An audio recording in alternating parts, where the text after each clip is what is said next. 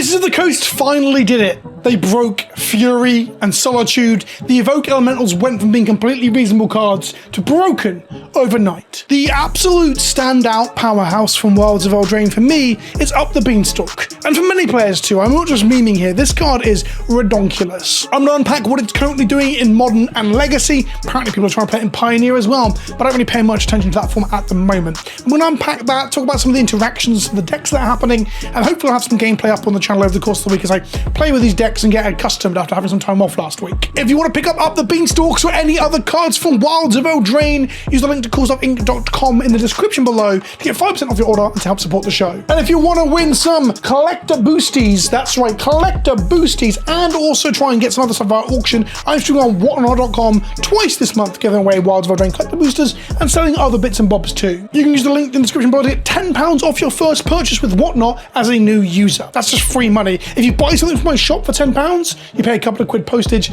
or maybe like $8, $10 or whatever it is for Americans, but a couple of quid postage for UK and Europe, and you're getting £10 off your order. So a £10 thing for free. It's free real estate. Buy yourself some boosties. Up the Beanstalk is a 2-mana enchantment from Wilds of Eldraine that says whenever it enters the battlefield or whenever you cast a spell that costs 5 mana or greater, draw a card. And that's really important. It's not just when you do the 5 mana thing, it's when it enters as well. So it enters the battlefield, draws you a card, and puts you up a card immediately. Now, just drawing a card for 2 mana isn't that hot, but the fact that it's an engine in itself that does something immediately and recoups some value means that if it's removed, you're not a card down in those mid-range and controlling grinding matchups. There have been plenty of engine enchantments over the years that don't do that just leave you card down and thus hurt you. Heartless Summoning is one of the famous ones I loved playing, and I have played quite a lot in the past, but if you play it and it gets blown up, you're just a card down.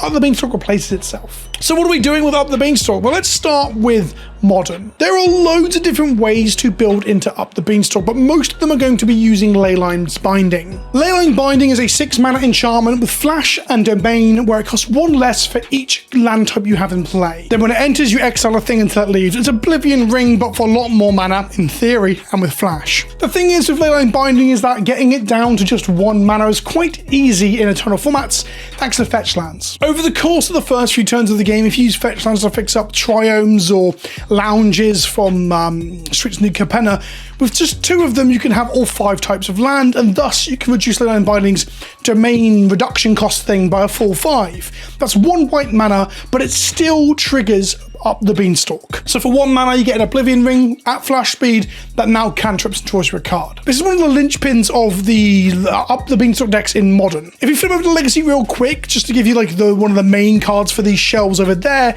it's going to be Force of Will. At 5 mana you may pitch a blue card from your hand, exiling it, and paying 1 life to cast a counter spell for free, or you can hard cast it for 5 mana. Force of Will has always been good at stopping people from comboing off and checking the glass cannon combo decks from going off turn 1, but if you can then do that and draw a card to replace the card you're pitching, you're actually just trading 1 for 1 as opposed to the traditional 2 for 1 that makes Force of Will feel necessary but not great to cast. Now, back in Modern, the first deck that I've played it in is Aspiring Spike's Naya Beanstalk deck. It's playing 4 bindings and 4 of each of the red and white pitch elementals and a singular copy of Titania. All of these spells are 5 mana, all of them trigger Up the Beanstalk, but Solitude and Fury give us copies of spells that can be cast by pitching from hand like Force of Will, but still triggering Up the Beanstalk. To clarify, Beanstalk doesn't give a shit how much mana you paid, it just checks what the cost of the spell is on the stack, and thus when you pitch a Fury activation or a Solitude activation,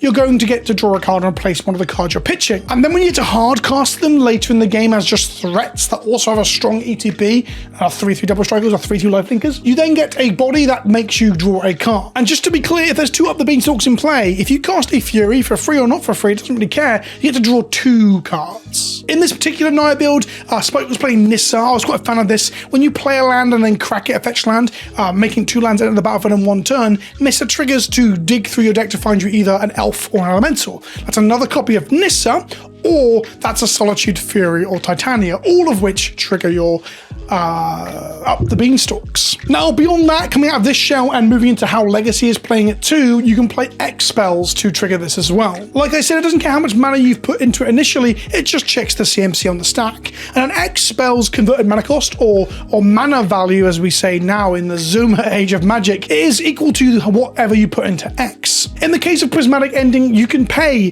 a whole X equals 4 and the white mana to get it to be 5 mana and cantrip, drawing you a card of Up the Beanstalk. And because you're playing all these stupid decks with stupid mana anyway, you're going to be able to utilize all the colors to get a big Prismatic Ending. And bearing in mind it's equal to or less than the convergence cost. So whilst you can put 5 different colors of mana into Prismatic Ending, it can still exile a 1 or a 2 drop, and thus you can still utilize it to kill whatever you want and draw a card, but still make X equal 5. Now keep in mind that you don't have to put in different colors of mana to get the X big on Prismatic Ending. You can pay the normal 1 white, and you're trying to kill a 2 drop, so then you pay 4 green. You've hit the convergence requirement of 2 colors to kill a 2 drop, but you put 5 mana in, essentially saying that the extra 3 mana was to give it a kicker cost where it draws you a card.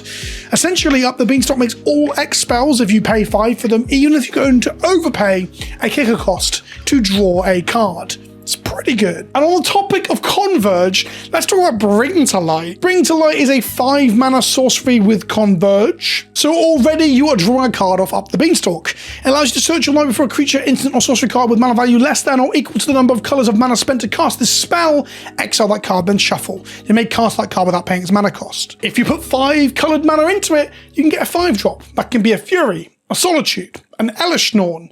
Yeah, you get to draw another card off Up the Beanstalk. Bring to Light into something else is drawing you 2 cards. This is getting kind of silly. Now, mainly these decks are looking to utilize, like I said, a ridiculous mana base off of fetch lands and to make Converge work and to make Domain work. Now, the main way that they actually make these mana bases work is going to be Wrenn and 6. Wrenn and 6 is key to the 3, 4, and 5 color variants of these decks. The reason being that it can rebuy your fetch lands, allow you to consistently hit land drops, allow you to trigger any landfall triggers like Nisses and Lotus Cobras if you're on those trains, and then Wrenn and 6's fetch land recursion allows you to find yourself 1, 2, or 3 different lands with different land types and thus get your domain and get your coloured mana from Converge spells. Part of me wonders if Wrenn and 6 might finally bite the bullet and be the ban to get these things under control if these decks become dominant. Because let's face it, they're probably not going to ban a 2 mana enchantment that enables their strategy the first time round, so Up the Beanstalk is safe, and they aren't going to ban Fury or Solitude either, or Leyline's Binding, I'd imagine. Sometimes you ban something that enables these kind of strategies. Hell, maybe the fetch lands need to be looked at finally. I hate the idea of that. I love fetch lands and the gameplay that they bring, but this is kind of silly that all these decks are just running around and casting 3, 4, and 5 color nonsense. So look at this screenshot here. This is a really fun game, an interesting game. I got absolutely stomped. I was playing the Naya version,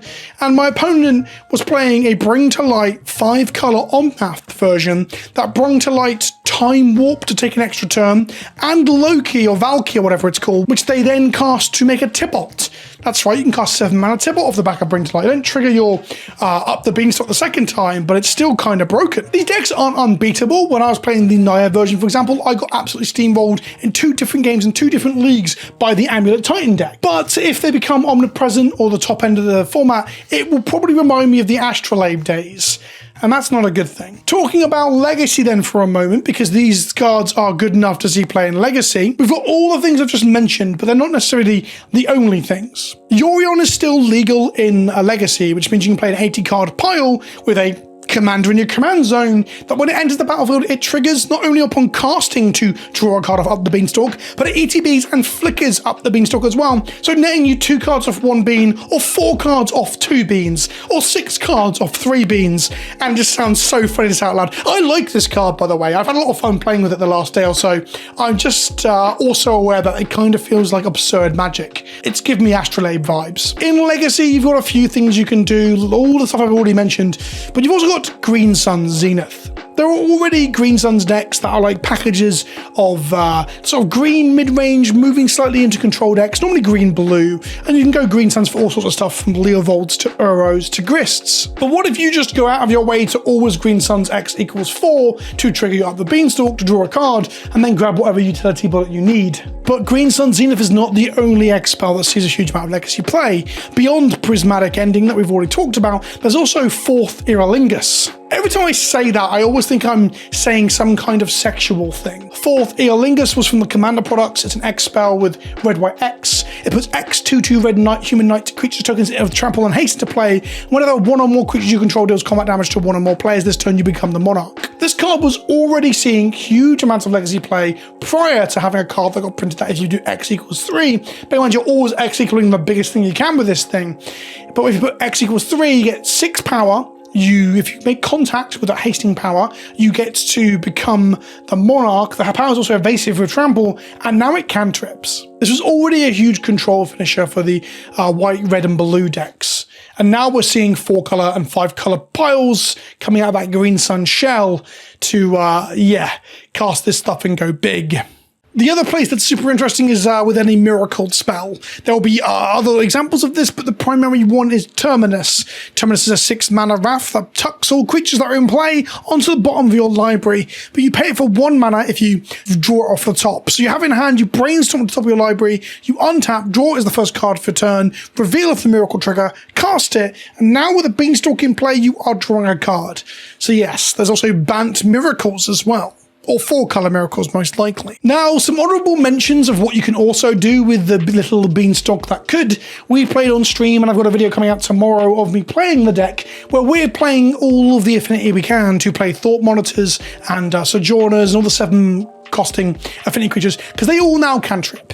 And we were playing a deck where we played up the Beanstalk and Glimpse of Nature to draw a card or 2 cards off of every affinity creature we played to try and play as much of our deck as we humanly could. Beyond that, Delve cards in both Modern and Legacy could be seen in these shells too, whether that be the old school Gurmag Angler making a return. Murktide does trigger it, but the high spell density decks probably don't want to play this, and Murktide prefers instants and sorceries in the bins. That's probably the wrong shell. But Tombstalker has seen Legacy play in the past prior to Murktide's existence, so that could be a payoff for this. But most likely it's going to be Logic Knot and perhaps Murderous Cut. 2 more cards that you can delve stuff away to get them to cost cheaper, and they will trigger Beanstalk.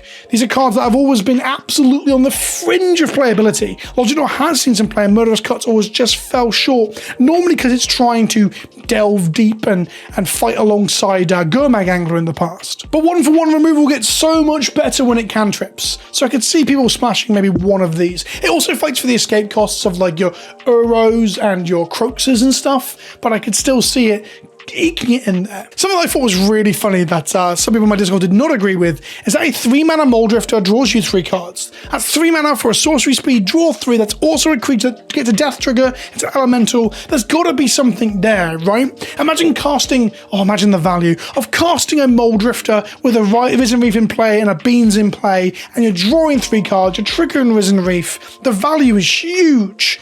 You're putting in the bin as well, so you can do something with that, like delve your next spell. Either way, Beans got me excited to play 2 different formats. I enjoyed playing Modern with it yesterday, even though I got absolutely smashed by some of the big boys in the format, but it still allowed me to absolutely dominate things like Hammer, for example. Beans is fun, and it's not unlike Eldraine to have some card that warps all the formats, right? It's nowhere near an Oko or a Lurrus. I don't think it's quite an Underworld Breach in some respects either. I think it's somewhere in between those, but that makes it in the upper tier of cards. I think this card is very, very good. The really funny thing is that all the decks that seem to be playing it aren't playing Bowmaster, which is funny because for the weeks previous to this one, all I've seen is Bowmaster across Historic, Modern, and Legacy. So it's kind of a relief not to see it absolutely everywhere. Although it is good if your opponent's making themselves draw a card off of every spell you cast. Maybe that's why they thought Bowmaster might be okay in the long run, and the One Ring perhaps. I genuinely predict we'll see a banning somewhere in one of the Eternal formats